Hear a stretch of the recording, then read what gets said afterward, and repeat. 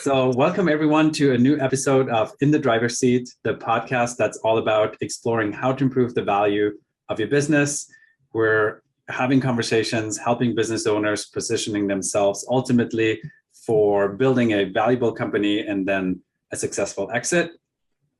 Steven Kohnke, together with myself, Simon Zryd, we are hosting this podcast. We're both partners at Denver Business Coach, certified exit planning advisor, certified value builders, and we have worked within this field of building valuable companies for close to a decade now. And one of our goals with the podcast is to bring the conversations of building the valuable and sellable business to business owners a lot sooner than when they're like 1 or 2 years out from an exit. And there are two statistics that I'm going to let Steven introduce that are, in our minds, statistics that we want to change and that really ultimately inspired us to have this podcast and start these conversations. And Steven, I'm going to let you introduce those statistics. All right. So yeah, as Simon mentioned, our whole mission here is to combat these stats, and the stats that EPI comes out with are 3 out of 4 businesses that go to market do not sell. The ones that do sell rarely sell at best in class value. They might not be selling at a valuation, a number that the business owner feels comfortable with to be able to retire on or fund whatever they're planning on doing next. So that, coupled with the stat of 70 to 90% of a business owner's entire wealth is tied up in their business, we see that as a pretty stark risk and a stark contrast between what's at stake for business owners to not start thinking about what is a valuable company way earlier than the day before they want to sell their company. Yeah. And with that, we're super excited. We have a new premiere to our format today, because as you can see, we have Cindy Carrillo with us today, one of our advisors at Denver Business Coach. I want to take a minute to introduce Cindy. Welcome, Cindy, first of all. Thank you. It's lovely to be here. As you know, you've followed the podcast a little bit. We've talked about the intangible capitals, or the intangible side of business when it comes to business valuation. And in the last 2 episodes, we've kind of focused on let's just call it the labels, the human capital and the social capital, which is like the people side of things. And we really thought that it would be so helpful to hear from someone, from one of our advisors who has owned her own company. I think you were a CEO for 23 years, founded the company all the way to building it, scaling it, and then successfully exiting it. And when Steven and I had these last 2 conversations, I always kept hearing myself saying, like, I just can't quite get access to the topic that we were talking about, the terms that were used, how do you really think about it as an owner, like structure, processes, P&Ls, like they're tangible, like you can wrap your head around it, you can look at a spreadsheet, it makes sense. And then there's like this whole other side that is intangible, but it's just as important as well. And we're super excited to have you in today's conversation to kind of like do another deep dive into the people side and what does it really mean as it relates to building a company. And you've been there, done that. So we'd love to hear from you on that. Well, it's fascinating what you're doing and what you're focusing in on. And I might as well, right out of the gate, why don't I just challenge one concept here? And that challenge would be that the people side of things is an intangible sort of concept for people. I think it's the most tangible thing is the people that we hire, the teams that we build, and the way that we structure our business in terms of, as leaders, as founders of the business, building an entity that is really structured in a way where the people are the ones moving everything forward, and we know it, where we're giving the acknowledgement and the credit, and we have the understanding that we can have a great product, we can certainly have an amazing service, but without the people running the business, doing the business, we've got nothing. So if that's not the most tangible part of our business, then what are we doing? You know, we're only looking at numbers, then we're missing the most important part of our business. So I think we've got it upside down, inside out, and it's all screwed up. That's good. Yeah, it's interesting because on the, from the valuation standpoint, right, you do have the P&L, and you can see there's a profit there. Yeah. And so from the outside, as an advisor from the outside looking in, I can hold on to that, right? It's a lot. It's very, like you were saying, it's difficult, but as an owner, you have that experience, right, of how personal it truly is. And important. And I'm not saying that I'm challenging that people are everything in a business, and therefore let's ignore the numbers and let's ignore, our customers and all of that. I'm not saying that. I'm saying that I think it's interesting that we weighted so much on the numbers when we don't really recognize that if we built up a company is an organizational structure. That's what it is. But the systems and the processes that we've put into place are nothing unless it's all robotic without the people who are behind it. And I think as an owner and as a founder, when we start businesses, I think it's very common, very understandable that oftentimes we start businesses based on our own expertise. Oftentimes we do it because we're looking to create a job for ourselves, and we don't want to work for anybody else, or we have a great idea and we want to see it through. But when we start it, it's really about us, right? So we see this over and over again with businesses that we work with at Denver Business Coach, right? We see the smaller businesses enter that next phase where they don't know how to scale. They don't know how to build and grow the business beyond themselves. And, I like to joke that there's a little switch in the back of your head, and that at some point you have to flip the switch, and then it becomes about the organization and not about you. Yeah. And then the value begins.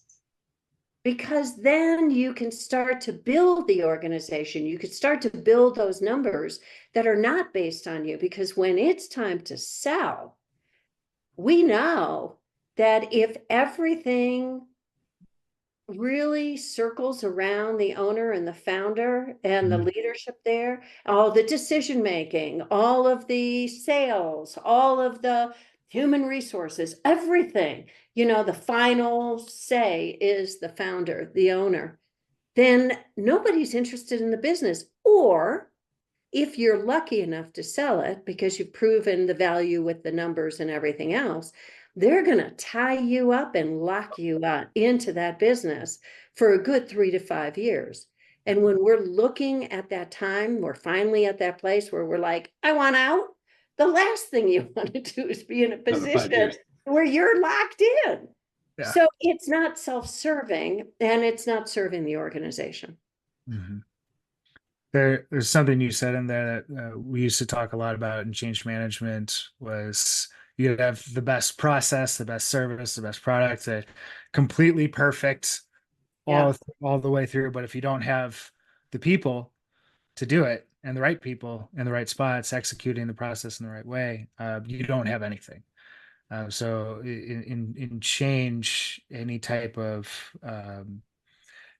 project, any system you have going on that you're going to do, if you don't have the people that are utilizing it, that are actually good at whatever the new process is, whether it comes from training and getting them up to speed. It's really hard to succeed in change from that lens, right? Totally. I think that oftentimes when we're in businesses that, we want to create value, then the first inclination of people is that we want to surround ourselves with a bunch of mini-me's. I want people to think the way I think, do what I do, and basically duplicate who I am and the way that I believe things should be done. And I think when we talk about human capital, getting back to that term, that is a kind of a cold-hearted way to look at the people that are working for us. But I understand if you're looking at social capital and the profit numbers and all that kind of the money capital and all of that, I understand where the human capital comes in. But let's just talk about the people. One of the biggest challenges is creating an organizational structure that thrives on enough difference within the team and within the company that you're actually, as the founder or the leader, being complemented by the things that you're not good at, because we don't know everything, contrary to our own beliefs. We don't know the answer to everything. And when you're used to making every decision for the first however long in your company before you start bringing people in to do the work, and you start backing away from being the doer, it's a real challenge to think about, how do I bring somebody in? Oh my gosh, it's not even worth it. I don't know how to delegate. It's just easier for me to do by myself.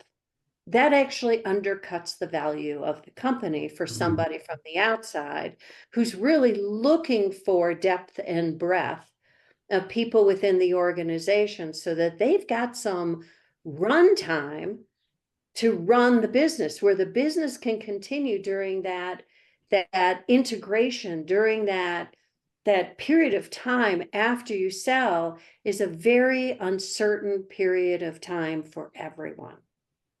And the more solid the group is, and the more complementary they are to each other, and the better that they work together, the more value you can demonstrate to an outside buyer, because it's easier for the business to continue while they come in, which again is a very, very uncertain time.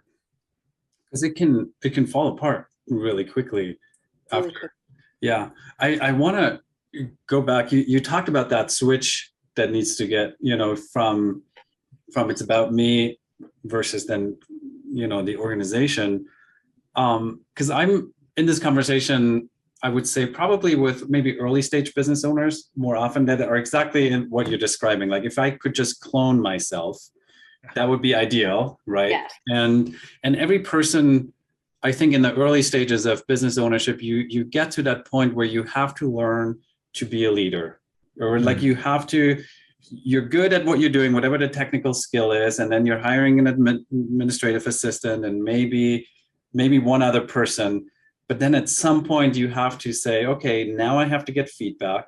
Now I have to have crucial conversations. And what I see often is the expectation of, can I just find someone that can do what I'm doing, right? Versus now moving into the development of people, the crucial conversation, leadership.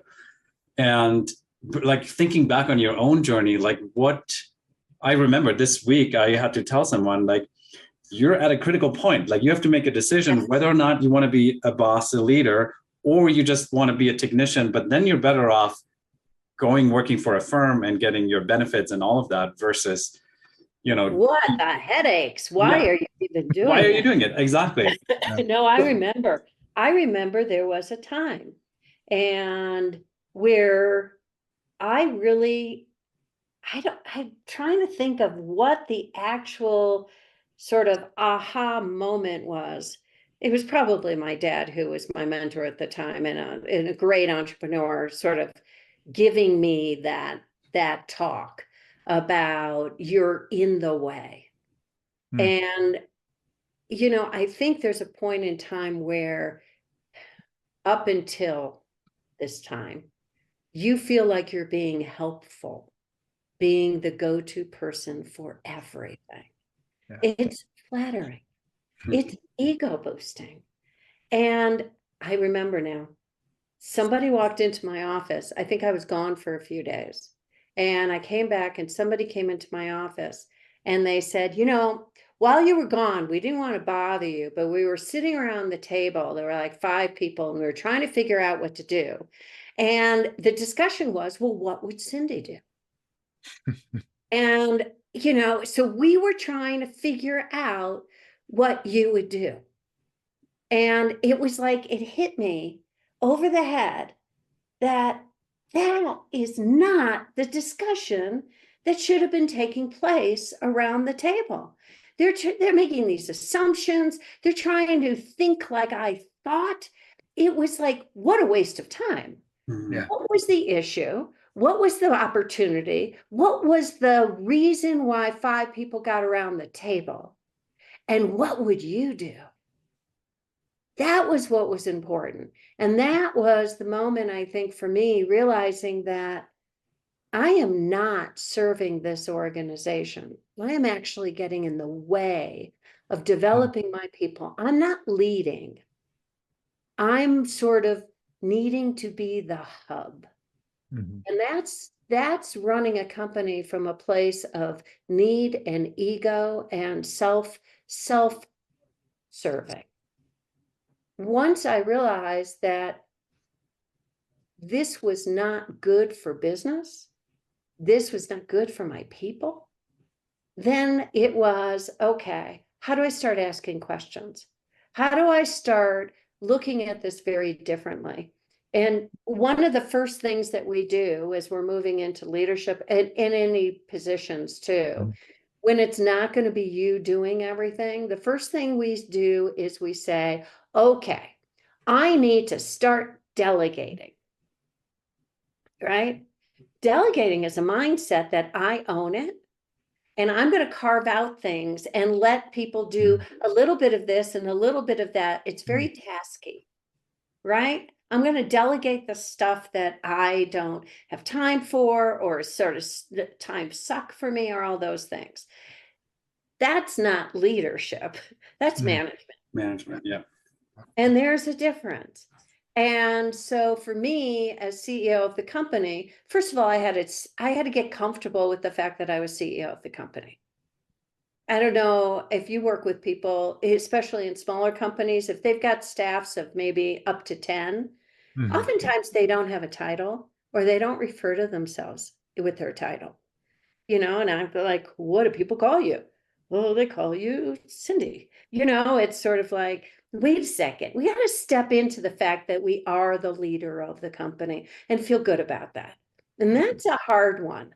Even though we've been running from ego, it's what would Cindy do?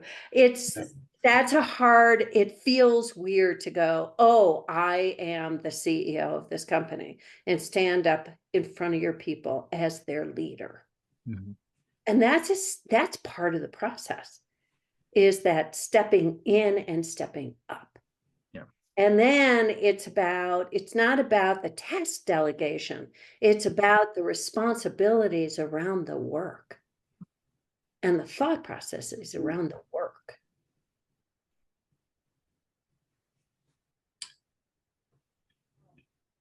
I think the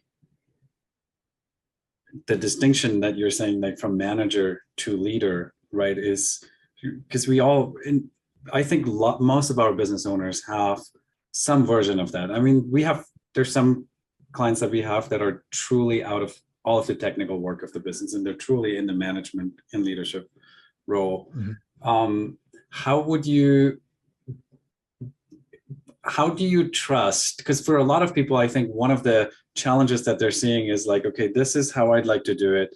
And then therefore they're delegating their way of doing it, versus I think with leadership and not delegating how the job is being done, but what the responsibilities are. How do you make that transition? It's not an all or nothing. It's a process. And I think oftentimes even with delegation and moving into leadership, we feel like, okay, I'm now leading, I'm not in it anymore. Like you're going to be somehow removed from the daily operations and the understanding of the work that's being done. So I think part of leadership is setting yourself up for what do you need to know? And what is your role in helping people do the job you've hired them to do? So it's not like you're removing yourself, but you're not the doer anymore. And oftentimes that's a really tough thing because it's just easier for me to do is the number one reason why most people stay there, right? Just easier for me to do, time consuming. And second reason, I don't really trust anybody else to do it the way I would do it. Yeah. Just like you were saying. Mm-hmm. And I think there's an understanding that comes from if I'm not creating an army of mini-me's and other people could have really good ideas, and my role is to allow them to let me back this up. My role is to set the direction and the path and the understanding of who we are, what we do, why we do it. Okay, that's ultimately my role. That gets translated to people by saying, here's the vision, here's the understanding, here's the job I expect you to do, here's the communication that we're going to have, here's my thoughts on it. Now go forth and prosper. Now come back to me and let's have a conversation about it. So I still get input. I still give feedback. And I would expect that to be a two-way street, which is also another dynamic of leadership that is really a struggle, is getting it back. Yeah. It's getting it back. But if you set the example of it's feedback, it's, I hadn't thought about that. What a great idea. We could do it a different way. I'm so glad you brought that up. Then it becomes okay and safe to be able to do that. Just the same as I needed to be safe and okay when I'm responding to work that somebody has done to say, have you thought about? That just brought up a new idea for me because you brought this to my attention. Can we talk about this now? So one thing I'm curious about in this is, because I see that distinction, like where people really separate themselves out of like, I am the business versus the business is here, and we can truly collaborate about it without it, I don't know, mean so much about like their personal identity is like so tied up in it. And if you can separate that, right, you can then have a more neutral, exploratory conversation that's not driven by ego or defense or that kind of dynamic that I do feel like owners have and then sometimes shy away from having certain conversations. Yeah. What was it for you when you got to that? Was it naturally always there that you had that kind of collaboration with your team, or was it something that you had to grow into to really let go and have the right people to have those kind of conversations versus I need to tell you what to do, you're not, like more the delegating kind of conversation? I not only had to grow into it, I was a slow learner. I screwed it up every step of the way, and it took me a while to learn through experiences.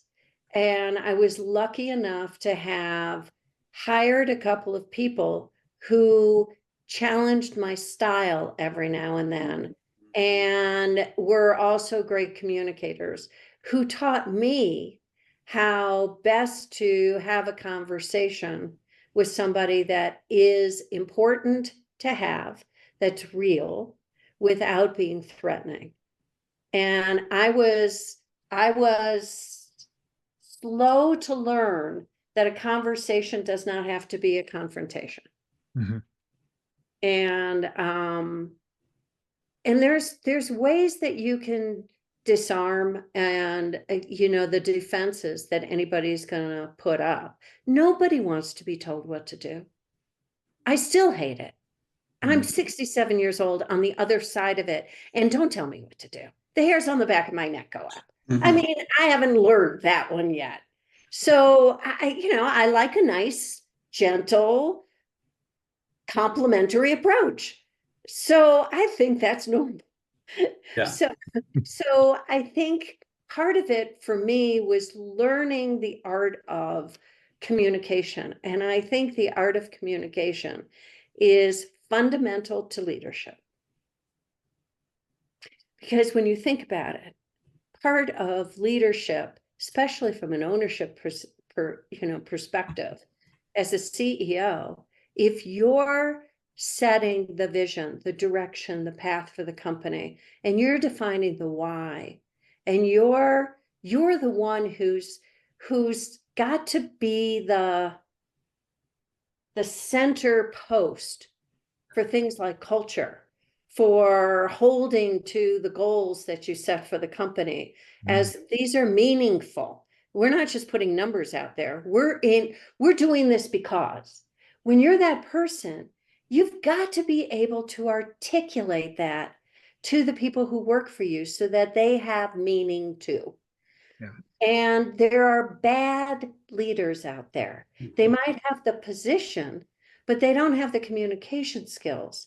They don't inspire. They don't explain. They don't provide context. And I think the growing up into becoming a leader for me was learning the art of communication and what that meant as the responsibility of that as a leader.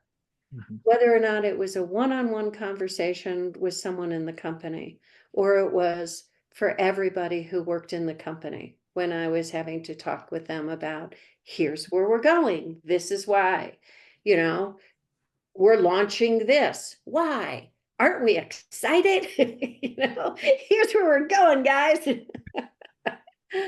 Yeah. Because, I think the people part of it too is that one of the things I prided myself on as a leader was that everyone, well, I don't know if I could say everyone, the lion's share, the majority of people who ever worked for me wanted to be there. Wanted to be there. It was like people used to tell me that they'd walk into our office, which that's what the old days looked like. Everybody was in the office and you went to the office, and guests would come to the office, and they'd walk into the office and they'd come, by the time they got to me, it was like, wow, the feeling at this place is like palpable. Like people want to be here. They're enjoying their work and you could feel it. And I think that comes from leadership. And I think it comes from building other leaders within the organization, because it can't just be the one person. So like, as a business owner, you're talking a lot about like the people development and the culture that you bring, and having those right people, and I want to bring it to value in that part of the conversation. So when being able to talk about having a culture of development, I heard you talk a little bit about that, and making sure that you're focused on your people and making sure they're growing themselves. From your experience of growing and leading people, how much do you think, whether they told you or not, did the people and the culture and the aspect and that growth and them wanting to be there and really being able to fit, how much did that really have an impact on value of your own company, do you think? It's a great question. I think it was tremendous, because the business that we had, the value of our business was our clients, was our platform at the time, so our technology, and was the fact that we had an operational 24/7 contact center. So we had systems and processes in place. that could be duplicated, replicated, that were successful. We had the technology to back it up. We had the people in the right seats. Okay. So operationally, it was clean, it was efficient, it worked, and the clients liked it. Mm-hmm. The positions, ironically, where we focus most when we're operational and we're running the company are in the management team, the leadership team, all of that. We think that's where the value is going to be. Those folks all left because the new owners, there was duplication. So they already had marketing, they already had accounting, they already had those kinds of systems. So part of the value for them was that some of our systems they were going to take, but we had people in the jobs who were doing the work. They kept all of the people, all of the doers. They kept all the doers. And that was actually part of the deal. Nobody in the call center could be fired for a year because those were all my single moms. You know, my marketing manager and my CFO, my salespeople, my account managers, few of them stayed on for a while. My COO stayed on for a while to go through the transition. But all of the management and the leadership team, they were expendable because of the company coming in and buying us had their own people. So what we needed to be able to recognize was, how do we keep the people happy doing the actual work? You know, your sales team is so important to you as you're growing your business. Oh, yeah. And some of them may flip over to the new buyer and the new organization, you know, because now it's bigger or now it's, you know, they've got more opportunity. But there are duplicative jobs, and we need to recognize that when we're looking to sell our companies. So what was important to me was being the resource and knowing that, you know, that company and myself were behind all of those people with great references and, you know, we're here for you, whatever training you need and all of that. What support can we give you? Because we know your job is actually the expendable one. I'm sure that in itself bred leadership and loyalty to you and you know, with none of the animosity that might come in, you know, a hostile takeover or something like that of being able to say, hey, we still care, right? Yeah. And I'm sure that played a pretty big part in the happiness and the success of that transition. You know, yes. And when you go through a sale process, you know, we always have a number in mind, which the buyer always thinks is inflated, you know, and that's our jobs. We're supposed to have a higher number. They're supposed to come in and try and get it. That's just the nature of the beast. But when you're people focused in running your company and you believe that your people have value in the sale, then you position it very differently. And you position the fact that you're not going to miss a beat because we've got the systems that are run by these people.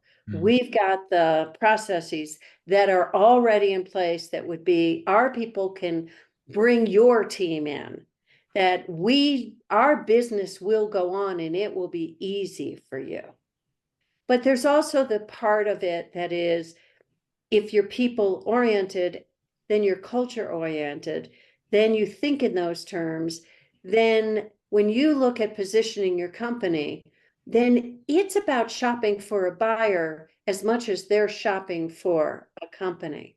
And if you take that attitude of, I'm looking for the right fit because I'm looking for it for the people who work for this organization, and you put the value on it, that's a very different perspective. It changes the dynamics from you becoming, even though you're selling, you're the buyer, puts you in a stronger negotiation Exactly.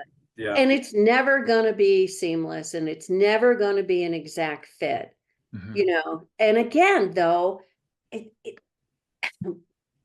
accept that, you know, it's going to change, and change is tough.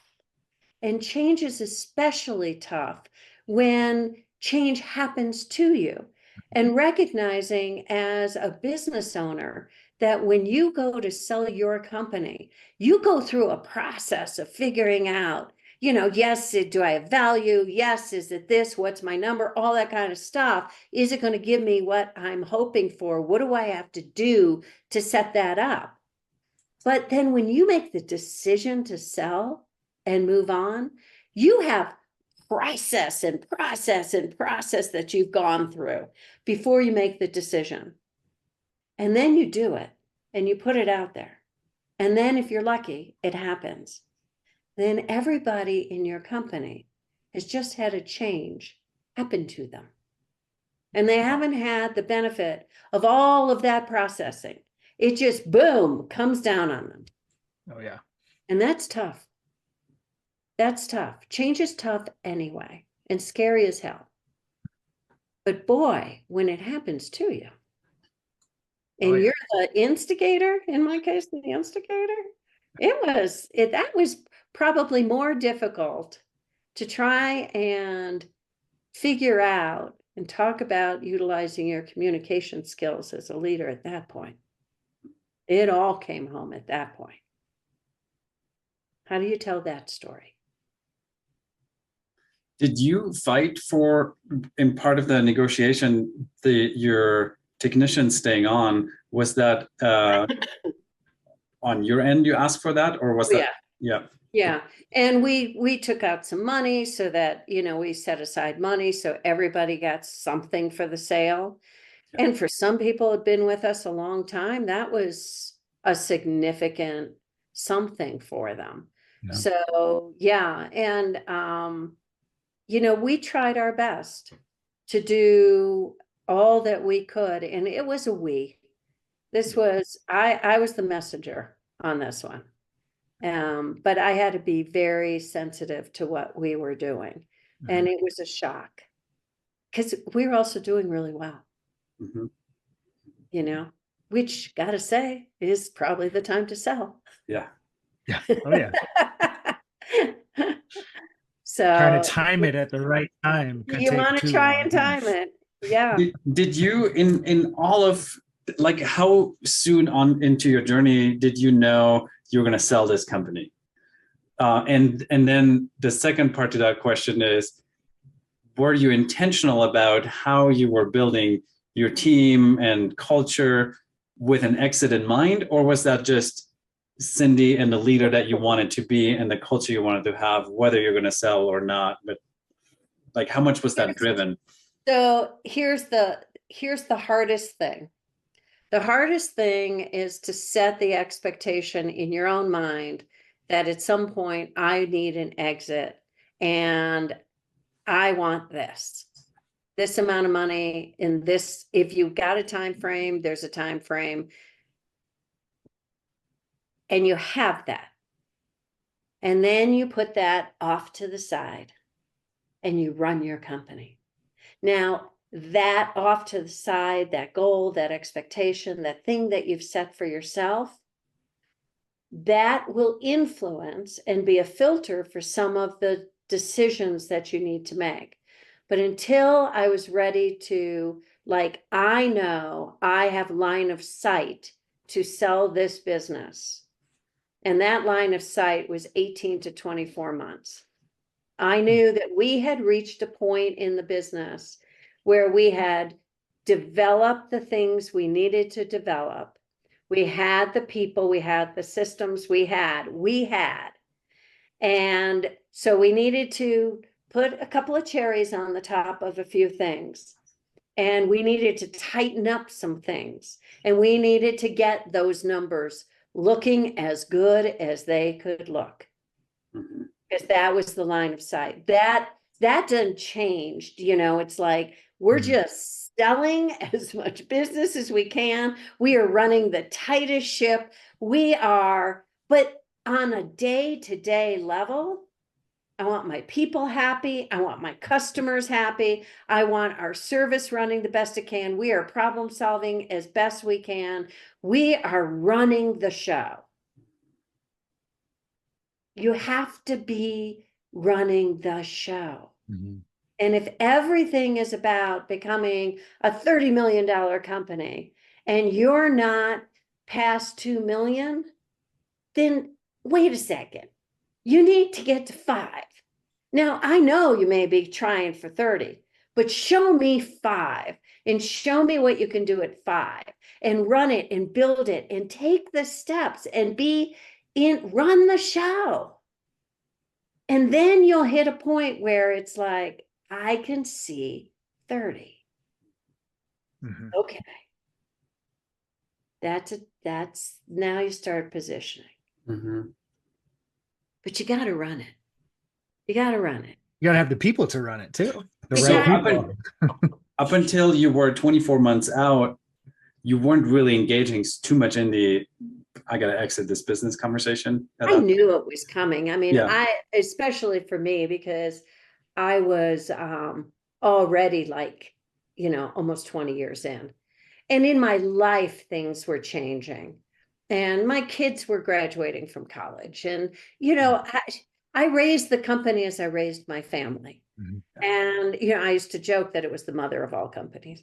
But it was like, I felt like I was raising both. Yeah. And the thing that happened at that 18 months out was that I realized that I wasn't, when you could see the number that you put out there, then what happens is then the number doubles and triples. Mhm.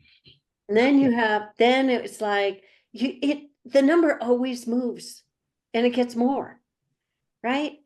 And then I realized I was asking myself over and over again, well, do I want to be the one to go for 50 or 60 or 100? Do I want to do that? Am I the right person to do that? Yeah. Have I done enough? And what did I set out to accomplish? And have I done what I set out to accomplish? And that was the turning point at the 18 months. It's like, I would be very happy, content, no regrets, having accomplished what I set out to accomplish, building this wonderful company with this great team where we were selling products to, God knows, the likes of Microsoft and Princeton University, the Mayo Clinic, and, it was remarkable. It was remarkable. And it was like, just doing more of that wasn't jazzy for me.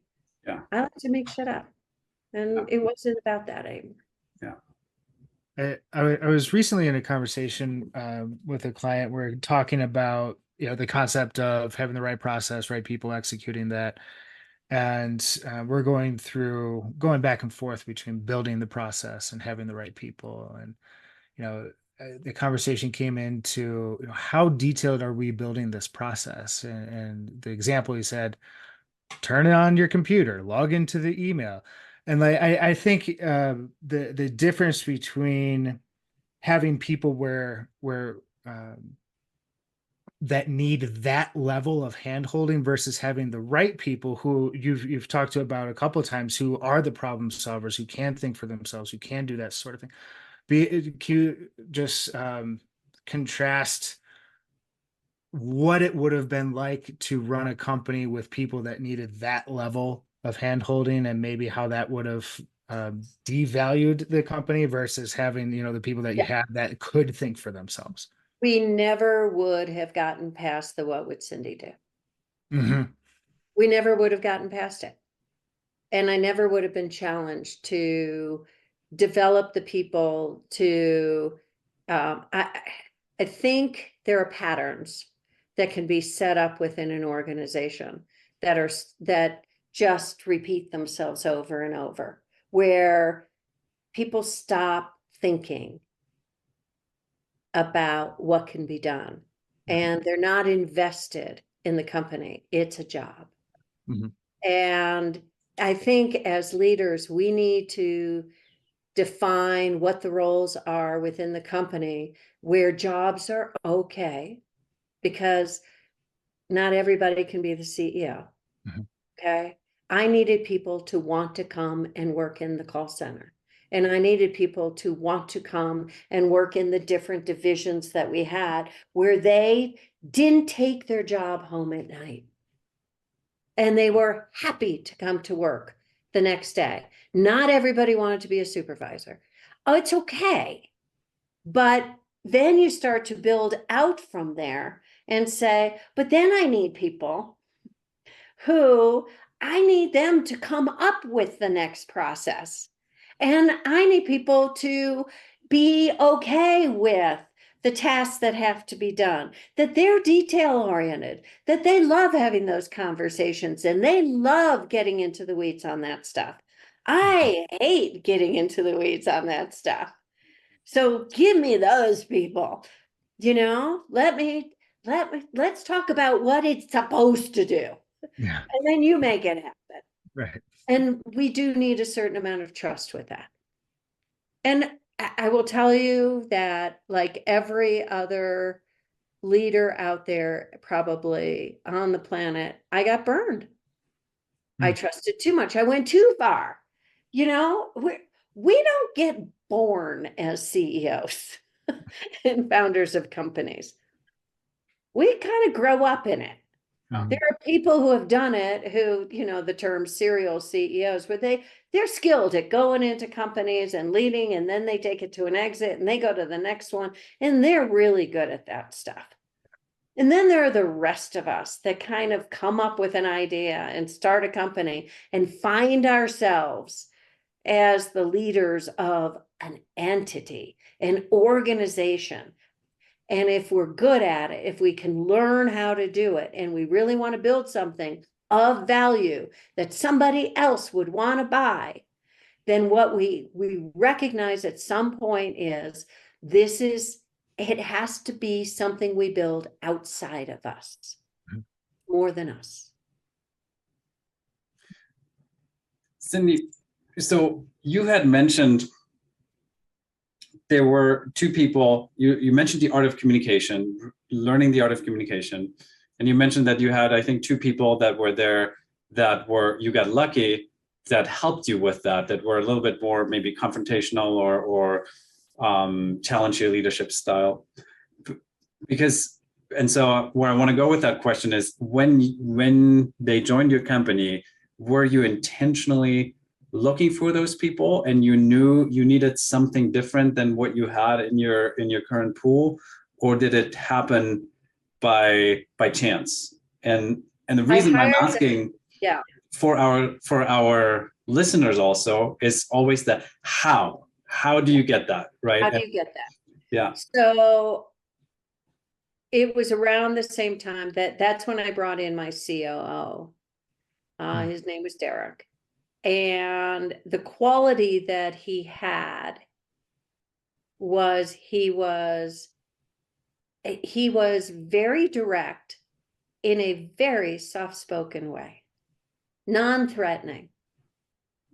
And that was a quality that I was looking for. He also was very skilled. He was, in operations, and we had a big need in operations to really scale up.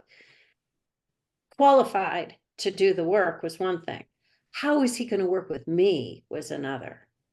And he had a beautiful communication way, just a skill set where he could have a conversation with me and tell me that I had just done the dumbest thing, and he couldn't believe that I'd do it. He would never use those words, and make me come out with, I can't believe I just did that.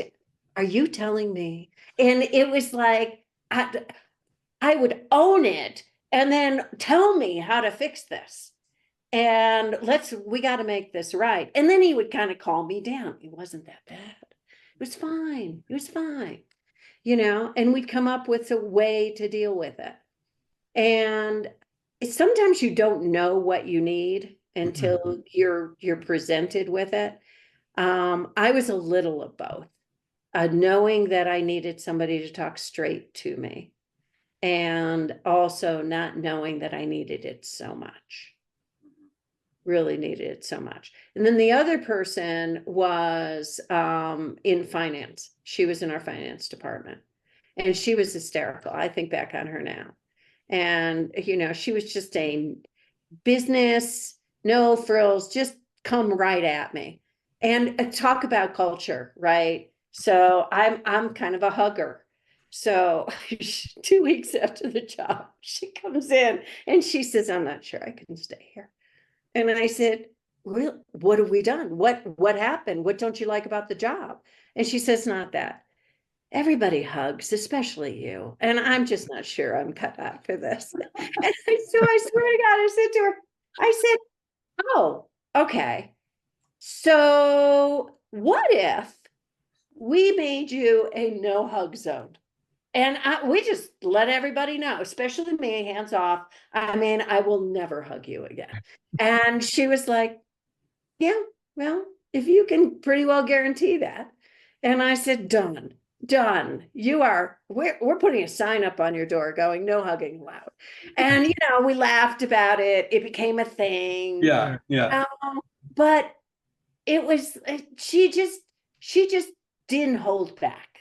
And on a finance side, on the financial side, she'd walk in and say, "We got a problem." And I appreciated that more than you can imagine. Tell me the problem. Don't hide the problem. Tell me the problem. So we talked about it and we figure it out. But then I was armed with the information. Yeah. Then we could address it. And that became a talking point with other people too. It was like, don't try and figure out what Cindy needs to do. Be like Michelle. Just tell me there's a problem. Yeah. We'll figure it out. Awesome. Good. I think it's time to wrap up this conversation. Cindy, thank you so much for a deep dive. I feel like we just uncovered at least 5 more conversations. We're going to have maybe 10 more conversations around the topic of exit and just leadership and business ownership, all of that. So a blast having you here. I have a sense, but if you were to talk to a business owner that's like 3 to 5 years out at this point and looking at that people side of things, what would be like one piece of advice that you would give them around helping them position the company as strongly as they can when it really comes to that exit? Is there something that you can zoom in on or tangible they can focus on? Well, the most challenging thing, I think, for leaders, founders of companies, when you know that you want to position your company at some point for an exit, is to really manage that balancing act that you have to do of setting the goals and the expectation of the exit with a number, with what you're looking for, if there's a timeline there, with the actual operation of the company and building the company. And you can use that as a filter, as a guide for your direction that you're going in, and setting the benchmarks along the way. But that's something that you pretty much keep to yourself. And you set every year with an intentional way of running your company, but you run the show day in and day out. So that's about focusing in on your people, on your customers, on your employees, on any stakeholders that you have. If you've got advisors, if you've got board members, all of those are the people. We have to manage all the people. So get those things in focus. It's not just about the balance sheet and the profit and loss and all the spreadsheets and all of the processes and the systems, although that's what makes the gears run. the people, the culture, the kind of company that you are running in the meantime is important. Mhm. Thank you. Thank Great you. information for all business owners. Paying attention to their people really does drive, I think, outside of just the conversation of value, but drives a better, more fun company. So it's and that's important. So Well, you know, I got to just say one thing. It's like running your life for working all the years so that one day when you retire, you can do all the things. It's the same thing in building and running a company. Don't miss out on the years that you're there. Make it work and make it work for your people. Have the time, have the fun, enjoy what you do, and they'll enjoy what they do. love it. Good. Thank you very much, both Cindy and Steven, for today's episode.